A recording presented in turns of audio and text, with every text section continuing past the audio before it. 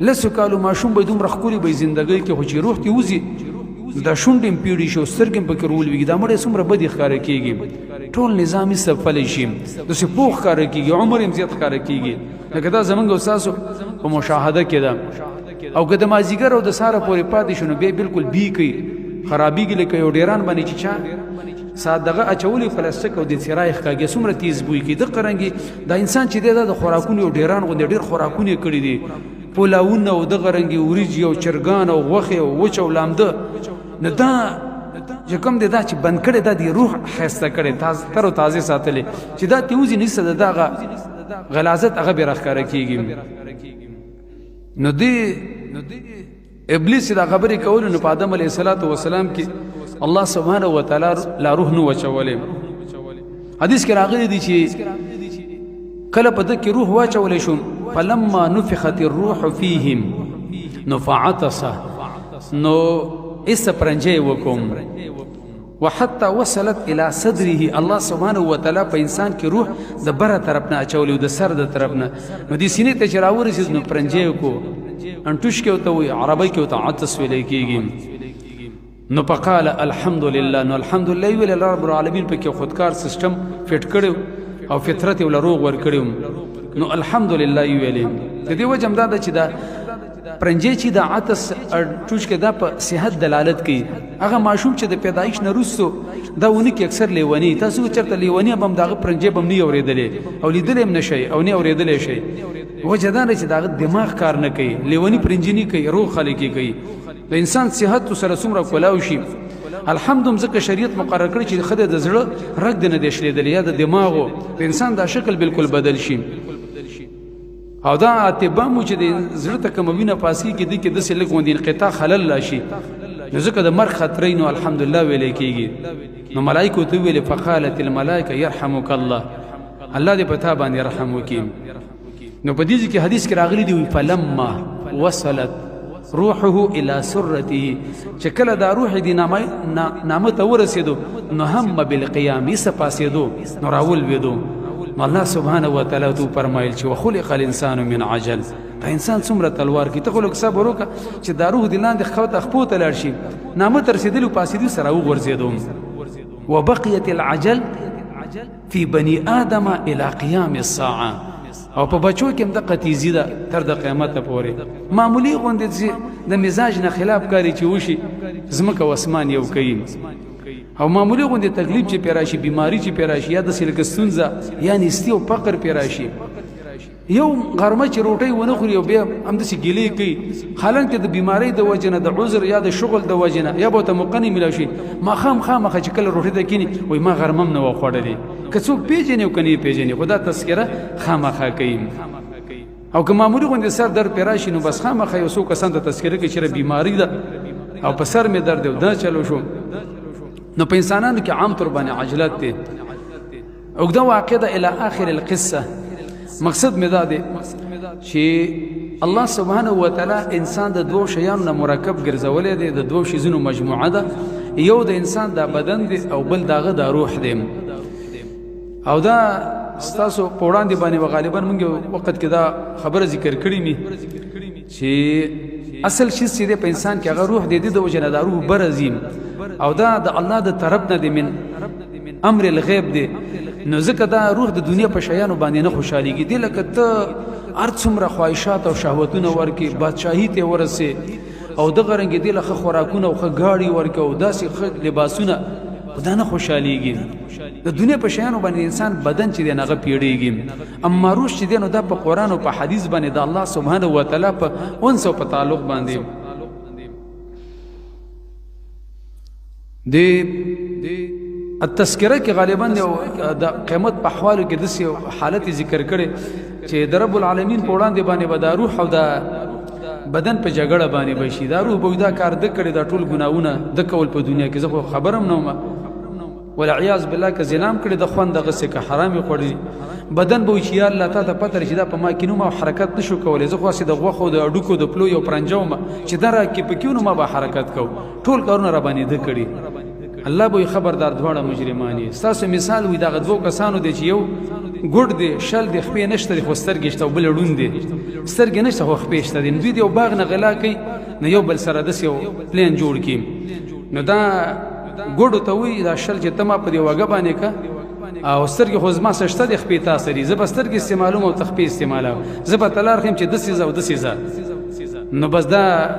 ړوند راولي کېږي او دا ګوډ او دا شلې په اوږو باندې کېنو نو په باغ باندې چې ورغلل نو چې کله لاس اچو دی ګوډ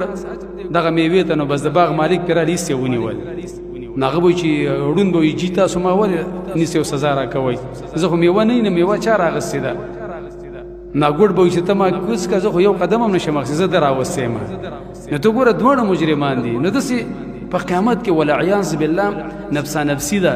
درې عالمه دي په دنیا کې ټوله معامله د بدن سره ده او په برزخ کې ټوله معامله د روح سره د امام ابن قیم ویلی دي او قیامت شون کې د آخرت یو کامل نظام دی د دې وجې نه هلته به د روح ته ځان له احساس کیږي او بدن ته به ځان له کیږي مقصد مې دا دی چې موږ او تاسو د روح په تزکیه باندې د روح په اصلاح باندې چې هغې ته محاسبة النفس ویلی کېږي دې ته مجاهدة النفس ویلی کېږي دې ته التزکیه ویلی کېږي تزکیة النفس دا ډېر مهم شی دی او ډېره ضروري خبره ده زیمه د مسلمان د عبرت دپاره د عمر رضی الله دا یو قول کافي دی هغه خپل شاګرد ته فضیل ابن زید الرقاشي ته یو ناشنا خبره کړې وه عمر بن الخطاب رضی الله ته ویلي لا یلهینک الناس عن ذات نفسك فإن الأمر يخلص إليك دونهم ولتا ته ویمه چې تا د خلک د ځان نه غافله نه کړي داسې مه وایي چې مړه دنیا کې خو ډېر انسانان دي دا دومره چې اور ته ځي به زه دې هم پکې لاړ شم والعیاذ بالله او دغه رنګې ولې دا دومره خلک چې ګناه کوي نو زه دې هم کوم دا ټول خلک چې کوي نه لا يلهينك الناس عن ذات نفسك فإن الأمر يخلص إليك دونهم خبردار خلک د تا دوکه نه کي په غفلت کې دیوان خبر ټوله د تا سره ده داسې وګڼه چې ګویا کې الله صرف زه عبدالله عبدالرحمن دنیا ته راوستی یم جنت او جهنم صرف زما دپاره دی رب العالمین صرف ما ته متوجه دی حساب به صرف زما سره کیږي قیامت به صرف په ما باندې راځي زه بل څوک نه پیژنم بل باندې به زه څه وکړم هغه ما سم نشي بچ کولی نو دی وجه نه د خپل ځان سره دا معامله هغه وګڼه ابراهیم التیمی په باره کې راځي هغه وایي مثلت نفسي في الجنة فآكل من ثمارها وأشرب من أنهارها وأعانق أبكارها وإذا مې داسې فرض کړو چې ابراهیم التیمی ته وفات شوی او جنت ته تللی او جنت کې خوراکونه دي میوې دي څښاکونه دي مزې دي او دغه رنګې پیغلې زنانه دي وأعانق أبكارها ثم مثلت نفسي في النار فآكل من ذقومها وأشرب من صديدها وأعالج سلاسلها وأغلالها وبیا مې ځان داسې فرض کړو چې ګویا کې والعیاذ بالله زه اور ته تللی یم اول ته مې په زولنو کې ملایکې راښکاږي وښي ډبۍ مې او د هغې وینې زه وي او د هغې زکوم ونه هغه خورمه دا حالت خو خامخا په انسان باندې ضرور به ضرور هغه را روان دی دا زمونږ او ستاسو د ایمان ضعف او کمزوري دی چې د انبیاو معجزات هغه موږ ته بیان شوي دي د محمد رسول الله صلی الله علیه وسلم پیشنګویانې د هغه اخبارات د هغه تعلیم او د هغه وعد او وعید موږ ته مخې ته پروت دی قرآن او حدیث او دا لوی خبرې او درنې خبرې خو لیکن زمونږ د ایمان د ضعف د وجې نه دا خبرې موږ ته داسې ډېرې سنجیده نه ښکاره کېږي هلکه مغستې دي یو ماشوم چې کم دی عادت و چې هلکه په ملا باندې د مچۍ ناسته ته نه ښکاره کېږي د واره څه کمیس وباسي یا ته وي هلکه لړم درلې یو ډاکټر چې کم دی یو ډوز او دوی ته ولیکي او یا هغه د چې تا ته پلانې بیماري لګېدلې سره دی نه چې د هغه تجربه د هغه مشاهده خطا کېدیم شي او انبیا علیه صلات وسلام ویلي دي چې ګوره اور دی برزخ دی ملک الموت دی زنکدن دی سخت دی او دغه رنګې برزخي زندگی ده نو مې خپل ځان په دې جهنم کې فرض کوم او دغه عذابونه مې متصور کړم وای ثم قلت لنفسي بیا مې ځان ته وویلې چې ای نفسي ای شیء تريدیني ای زما نفسه دې دوه حالتو کې د کم خوښ دی جنت که جهنم ظاهره خبره ده چې جنت وای ما دې خپل ځان ته وویل چې فانت فی الامنیه فاعملي بس داسې کار وکړه چې تا د یو چانس دی او موقع ده مخکې د هغې نه چې په تا باندې دوه حالته راشي دې دنیا کې بس سړی ولې چې کم دی ګناه وکړي ولې د جهنم اسباب هغه اختیار کړي دې وجې نه چې کله والعیاذ بالله غفلت دې راتو نفس دې خواهش غوښتو نو دا خبره اوس کله ناکله کوه چې ان الابرار لفی نعیم وان الفجار لفی جهیم سړی به په دې باندې څه وکړي د ګناه په لذت او په خوند او په شهوت باندې د دې بالمقابل کې نیکی کول روح هغه جوړول او الله سبحانه و تعالی ته سیر کول عمر زنهونه دا شیطان ولیدو حدیث بخاری کې چراغلی دی چې عمر ته په یو لار باندې نزي مگر شیطان داغه باندې ناراضي صحیح حدیث کې راغلی دی چران لغه ماشومانو تنبل وخو عثمان بن هو راله ابو بکر صدیق نه هو راغی نه پاسې دي چې عمر بن هو راله هغه سو تختې دی او بل روایت کې راغلی بیبین د پیغمبر هغه ناشته وي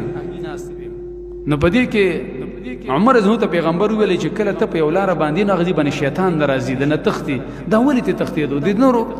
خلکو نه ونته وجد دې دا چې عمر زه هو یو ناشنا کار کړي وغه د خواهشاتو خلاف ژوندۍ تیر کړي و چې نفس به څه غوښتل بس داغي خلاف دی کو او دا خبره یاد ساته چې کله د نفس د خواهش خلاف دی کو روح دی جوړو ناشنا کمال بدر کې راشي د خلکو به د سره مینه محبت رنگ به دي توري د بدن نه به کمزورې د مال او د نسب او د قوم خو قسم په الله د خلکو په زړونو باندې به حکومت کې ناشنا محبت به سره کوي او عزت او احترام بدیم عطا ابن ابي رباح چې مشهور راوی د بخاری عبد الملک ابن مروان په سراره د گورنر دغه زمانه کې د عطا ابن ابي رباح درس ورکاو نو دغه عبد الملک ابن مروان څخه مسله پوښتنه بس هغه بهر ناسیو او دته د طالبان ناسیو درس ورکو ډیر انتظار وکړ عبد الملک ابن مروان به زوی ته ویلې ول بچي علم وکا ولدا وسوګور عطا ابن ابي رباح په باره کې راځي د قوم نه حبشیو رنگ نه تک تورو او ګډمو شلمو او په یو سرګ باندې کوم دی وډوند مو تر عیب پد کې بکیو علم ډیر ناشناو دغه ویل کنه ما بونی پر مولا ویزو سره په مکه کې ملاو شوم او فسالت عن شيء ما د عطا ابن ابي رباح نه دی مسلې په باره کې تاسو کو وای ما دی ویل چې من اين انت رقم زین راغلی وای ما ویل من اهل کوفه زه د کوفي والونه وای ما دی ویل چې وانت من اهل القريه الذين تفرقوا دينهم وممن انت تدعى علاقین چې دین تاسو نس کړی دی تب کې لکه د کمی ډلې نه وای ما دی ویل چې زه د هغه ډلې نه ما غڅو کې ما چې ممن لا يسب السلف ولا يكفر احدا بالذنب ويؤمن بالقدر زه په سلف او صحابو پسې مخکنو پسې بد رد نه ویم در مسلمان احترام کوم په ګناه کبیره چاته کافر نه ویم ایمان په تقدیر باندې ساتم وای ما دی ویل چې عرب ته فالزم او تا منهج به جاندل دي او په دې باندې لازم وسیګم مقصد مې دا دی چې انسان کې کمال راځي نو هغه په روح جوړولو باندې او د الله سبحانه و تعالی سره په تعلق جوړولو باندې یو خوري فائدمن خبره دي سره ټچ ان شاء الله که ژوندۍ او پراتون کې محاضره کې ویزي